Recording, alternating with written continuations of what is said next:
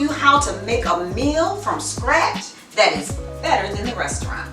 I promise you, it's better than the restaurant. What are we gonna make today, Beverly? Let me think about it.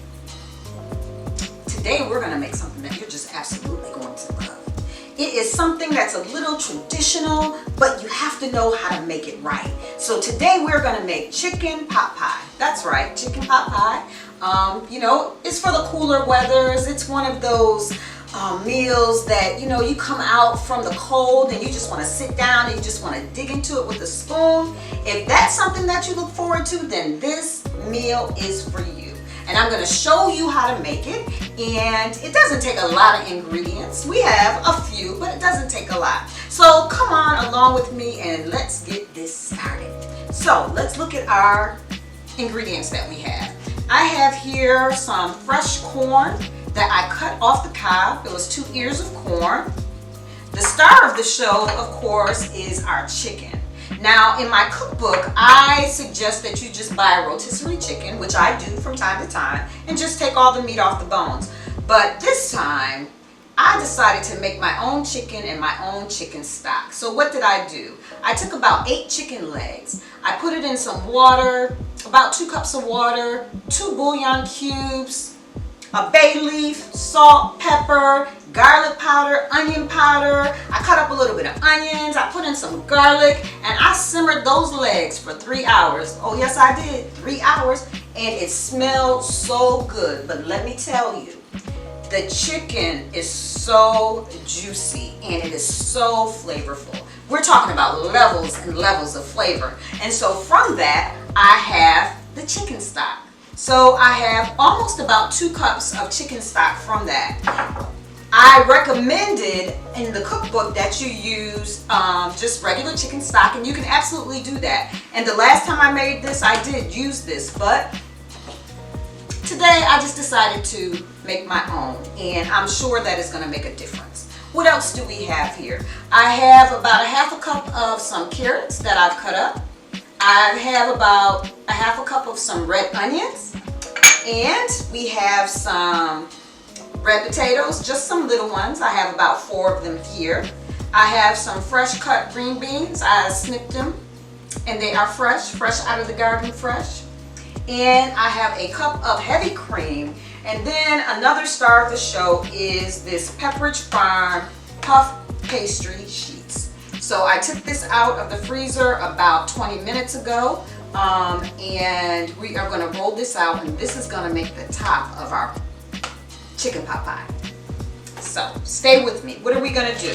I also have some celery, and so the celery has to be chopped up, but I wanted to show you one of my favorite gadgets to use in the kitchen. I just call it a gadget. I call it the chopper. And what it has is it has some blades in it, and so instead of standing here and chopping up everything by hand, I just take 2 pieces and I put them here. Let me do it like this. Actually, yeah, let me just do 2 pieces. Let me do 2 pieces. And then I just, and look at there. And the beauty of this is all of your vegetables are uniform in size. So as you can see, I did it with the carrots and they're all uniform in size, and I cut those a little bit smaller.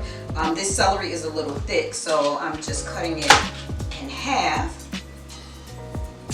And yeah, so I used to stand here and chop and chop and chop and chop, and then I discovered this gadget and it has become one of my best friends. So there we have our celery. We also have 3 tablespoons of butter, and that's how we're going to start. I'm going to turn my stove on to medium, and I'm going to add 3 tablespoons of butter.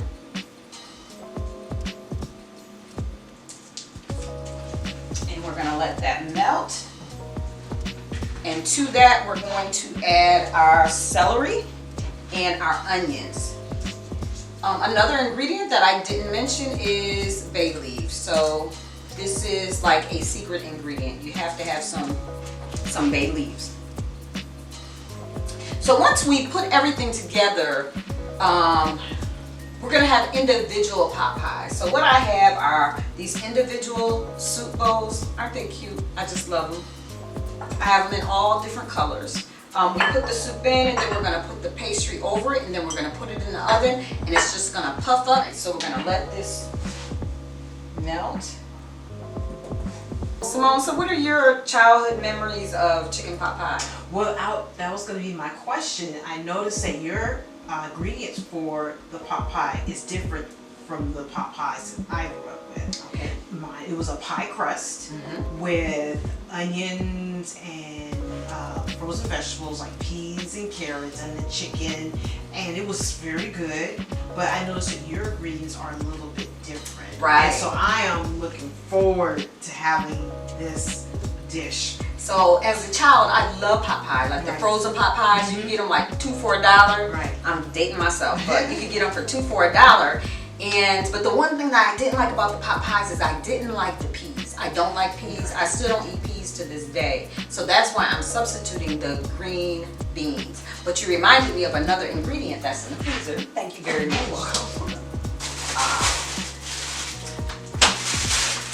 Pearl onions. Pearl onions. This is also for taste, and it also gives it a different consistency. So the one thing about pot pie is you don't want everything to have the same texture. So you have the crunch of the corn, and then you have the bite of the pearl onions, and of course we have our potatoes. So while this butter is melting, what I'm going to do is I'm going to take these red potatoes and I'm just going to cut them in quarters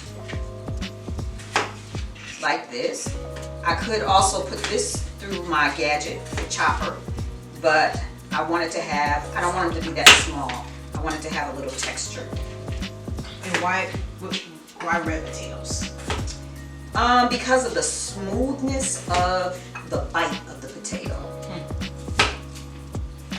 And it's almost like it's more of a creamy potato than a hard potato. So you wouldn't want to use like a russet potato because those have a harder bite and they take longer to cook. And with the red potatoes too, they have a really thin skin, and so you don't even need to peel them. You can just eat the skin. But if it was a russet potato, you would have to peel the skin off. Okay, so that looks like it's about ready. So we are going to take our celery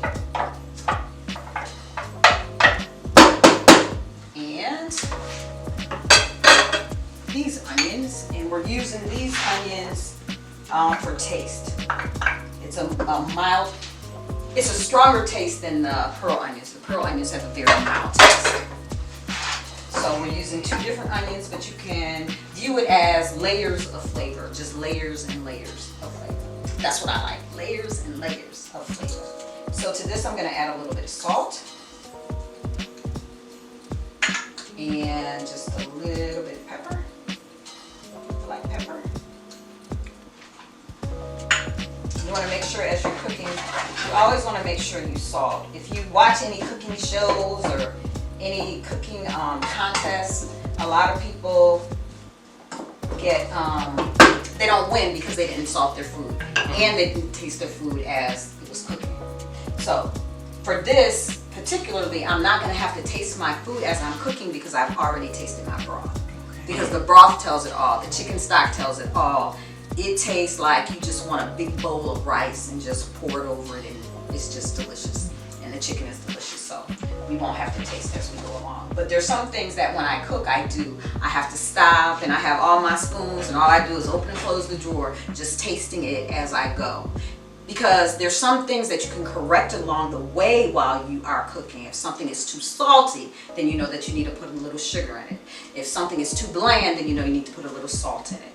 Sometimes you want just a burst of heat, and you can put a little hot sauce or some, red hot pepper flakes. But if you don't taste it, then you won't know. So, what was your inspiration for creating these ingredients?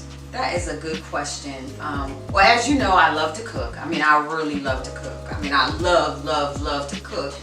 And one day I was just sitting around and I was like, I just want to make something different. So I'm always scrolling for different recipes and things, and I get different ideas, right? And then I come up with my own. So I usually look at various recipes before I come up with my own. And for this one particularly, once I was turned on to this puff pastry, I was like, oh, that's it. That's something different, something that I never had before. So basically that's what I do, and that's how I come up with something. I just sit and I'm just like, you know what? I want to do something a little bit different. So for the pot pie, I am following my own recipe. It says to cook until translucent, so we're doing that, and then we're going to stir in some flour, and then we're going to cook for 3 minutes, and then we're going to add the chicken stock. So the flour, I have, and the flour is a thickening agent. Some people use cornstarch, which does the same thing, but the difference between flour and cornstarch is the way that the texture of whatever you put it in changes the next day. So for cornstarch, it kind of breaks it up a little bit, but with flour, it remains the same consistency. So I do have cornstarch. So if I'm gonna make something and it's gonna be eaten that day, then sometimes I use cornstarch. But for something like this that may be in the refrigerator for a while, then I use the flour. Okay, so this is my own chicken stock that I made. It tastes so good. And we're gonna pour it in here.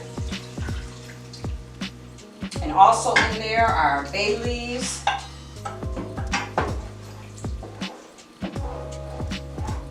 Now you're gonna begin to smell that in a minute. It's a little concentrated, I can see, so I'm gonna add just a little bit more water.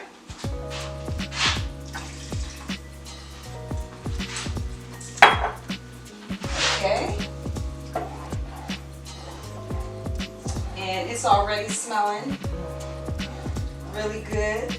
That's one thing that I love about cooking is just the smell. And I love to wake up in the morning to the smell of food. I know that sounds a little crazy, but I love using a slow cooker. So I love making roasts, things like that I can just cook overnight, and then I just wake up and it just come on down to the kitchen. Yes, I love it. So we're gonna allow this to simmer on low, and then we're going to put the chicken in, and we're gonna sprinkle it with some poultry seasoning. So I did not put this in when I prepared the chicken, so we're gonna add that. So that's gonna take about 5 minutes. While we're waiting, I might as well just push these to the side, and we can get ready to prepare the puff pastry. Now, Pepperidge Farm is the only brand of puff pastry that I've seen in this area. So they have the market on the puff pastry. And so when you read the directions, and what I say in the cookbook is to follow the directions. They tell you to take it out for no more than 40 minutes before you're going to use it. And what I've learned about puff pastry is the colder it is, the better it will puff. So I've made puff pastry and it's just laid flat, but just rise just a little bit, and then I've made it to where it's really puffed, and it took me a while to really figure out, like, why does it puff sometimes and why not. So it says to heat the oven on 400. So let's do that now. And no, I don't remember all these things by heart. As much as I work with it, I really have to make sure that I follow the directions, which is why we have recipes and recipe books, so that we can follow the directions. So for the puff pastry, I have a question. What made you use a puff pastry instead of a traditional pie crust? because it's traditional. Oh, yeah. That's exactly because it's traditional, and I love cooking traditional food. I really do. But I love food having just a twist to it or something different to make people want to try what I have, because it's a little bit different. So okay, so we're going to wash my hands, and we're going to roll out this puff pastry. And while I show you, this is what it looks like. So it comes in just 2 sheets, and it's very delicate. It has flour on it, but what I'm going to do is I'm going to bring my flour over here.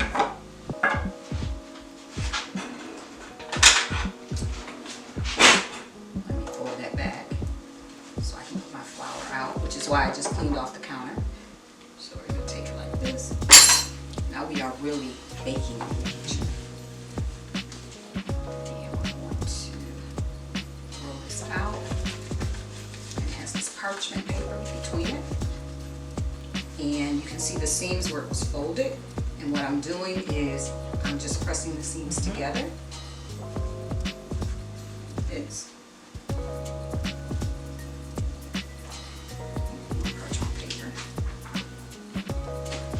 I'm not really a baker, so I really have to use my timer when it comes to something like this. So what I'm just doing is I'm just smoothing out the seams, and I could use some water, but it doesn't look like I need it. Okay, here comes the fun part.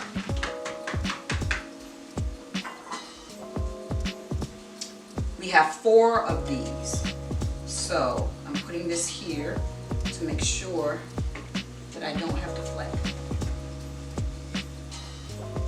Nope, let's leave this out because we don't have to do it again. So now I'm going to take this, I'm going to put it like this, and I'm going to get me a knife. Let me try to just do it like that. Down here. Doesn't have to be perfect. I learned that from my granddaughter.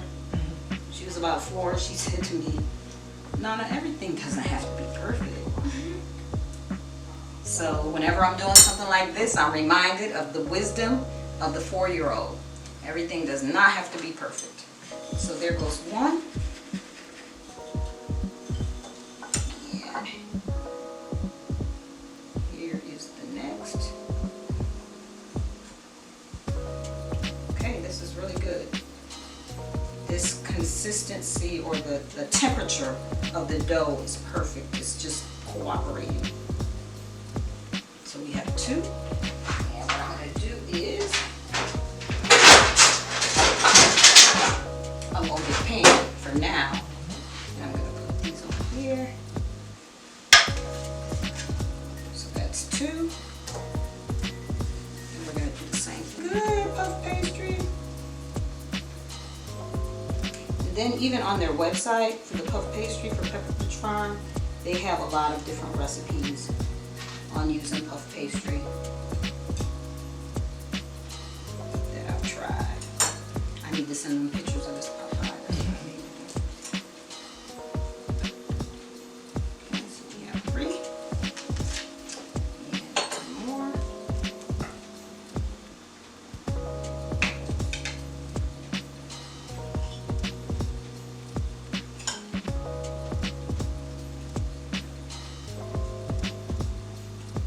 And this is, it's lighter than pie crust. All right, so let's get back to our filling for the chicken pot pie. Okay. So we have that going, so now we're gonna add our chicken. And again, this was about 8 chicken legs. I have to be honest with you, I probably ate about 1 of those legs because the meat was so good. I'm sprinkling about a 1/2 teaspoon of poultry seasoning. We are going to add our corn. Again, this is fresh corn.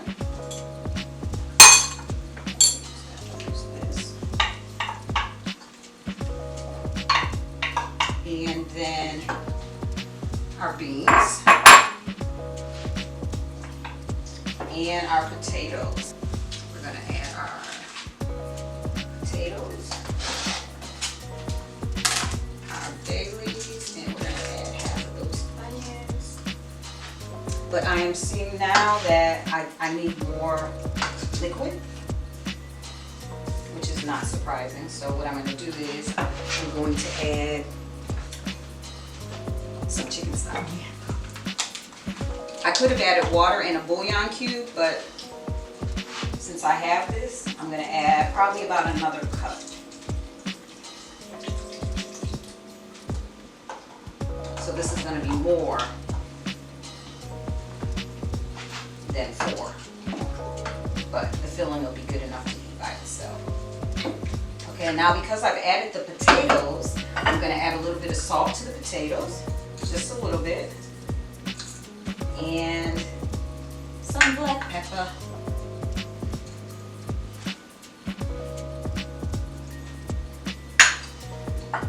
All right, and we're going to let this cook probably, to get the potatoes done, it's going to probably take about 20 minutes. Okay. So I'm going to, you let me forget the carrots? You let me forget, yes you did, you let me forget. I'm sorry. The carrots and, okay, so our oven is ready. So we're gonna, we're not gonna do anything, we're just gonna let it stay on 400 until we get done. I'm going to use half of the bag of these pearl onions. So if you can see, it's all the ingredients is a variety of textures, Okay. a variety of colors, a variety of tastes. Look at that. That looks beautiful. I like things that are pretty. Yeah. And when I'm cooking, I'm always thinking about the presentation. Like, I'm always thinking about that. How's it gonna look on the plate? How is it gonna look in the bowl? Do I need a crunch to it? Do I need to add this or add that? So I'm gonna put the top on this and we're gonna let this simmer.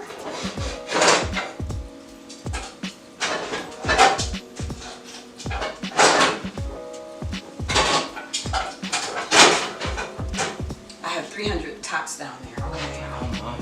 We're gonna let that simmer. All right, so what we've done is we had everything simmering. We had our chicken, our green beans, our carrots, our pearl onions, our potatoes. That's it, our red potatoes. We had it simmering and I kind of tasted it because it was thick. So I added a little bit of water, and because I added the water, I also added a bouillon cube. So now everything is all ready for the next ingredients. It's been simmering for about 20 minutes. And the last ingredient is a cup of heavy cream. That is just going to top it off. I did go through it and I took out the bay leaf. And I'm just gonna mix this up. And as you can see, I have in front of me, I have our little pots in front, the soup bowls, which I'm gonna put in the oven. Okay, that handle is hot.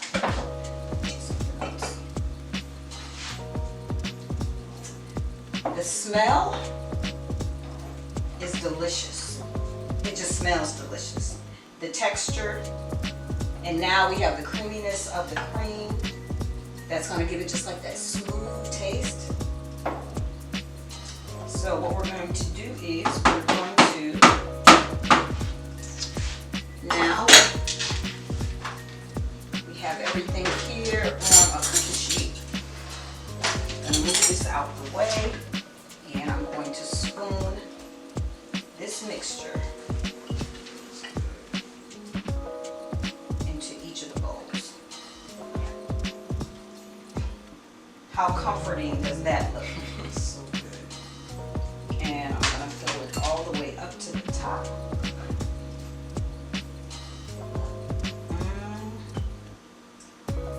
This is like one of those meals, you had a hard day's work, you come home, and you can make it up to this point, and it will stay in the refrigerator for about 5 days. You can use the puff pastry top, or you can eat it just like this. And that's what we're going to do next. We're going to put the top on it, which we have right now in the refrigerator, just keeping them cold. We have our oven on 400 degrees,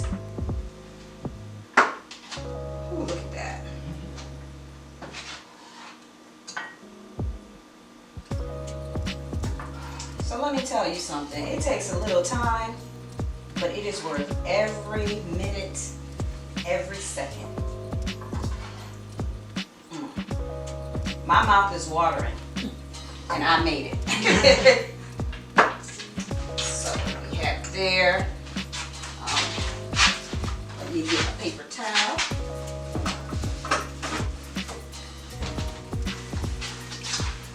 Wipe this off the sides. Okay, now our secret ingredient.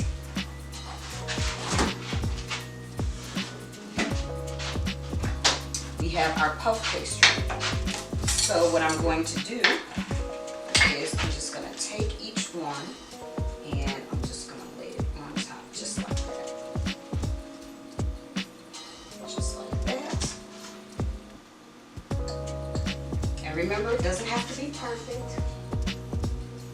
And then to that,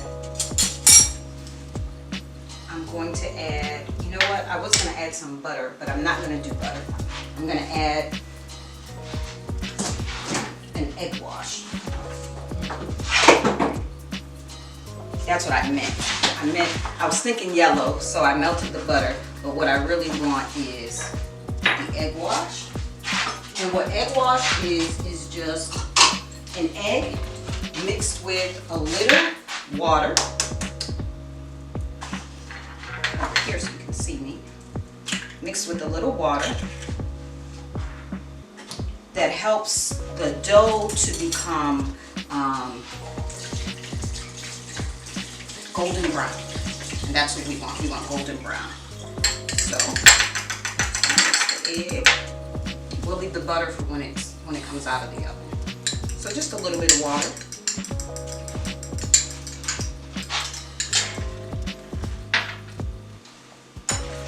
Then I have my little brush here, and I'm just going to take it and just put it right on like this.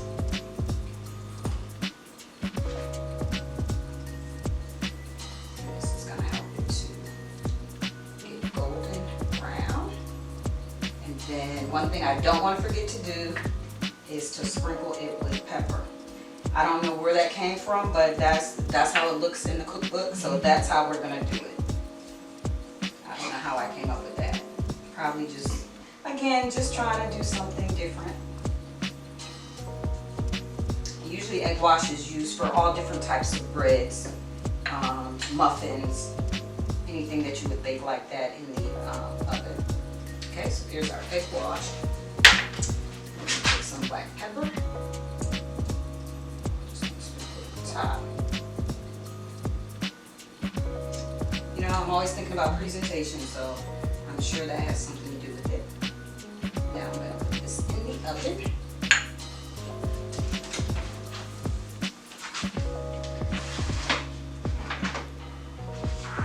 And we're going to watch it very, very closely.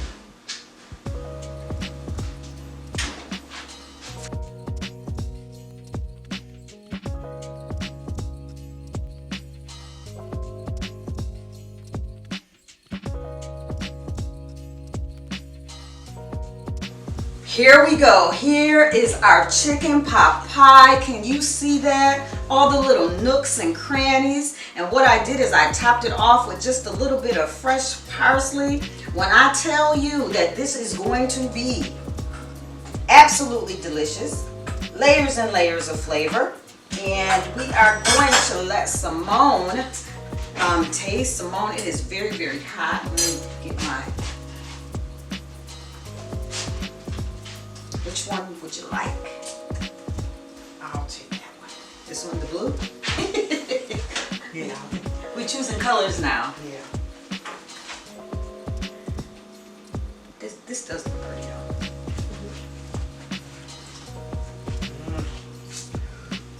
Ooh, be careful, it's very hot.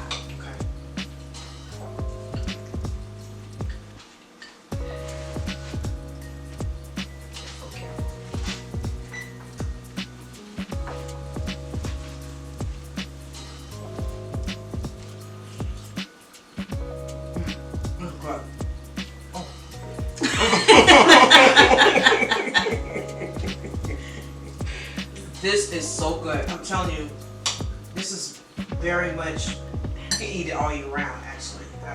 But during the cold seasons, you can definitely move on to prepare this for yourself or for your family. This is actually really delicious. All right, all right. Well, that says it all. So thank you for being with me again on this episode of For the Love of Cooking. Again, my name is Beverly Lucas, and I just showed you how to make a meal that's better than the restaurant. If you like this recipe, I have plenty of recipes in my cookbook, For the Love of Cooking, and you can order this on my website, which is fortheloveofcooking.biz. If you order one, I will personalize and sign it and send it to you in the mail. Again, thank you so much for being with me, and until the next time, stay in the kitchen and love what it is that you do.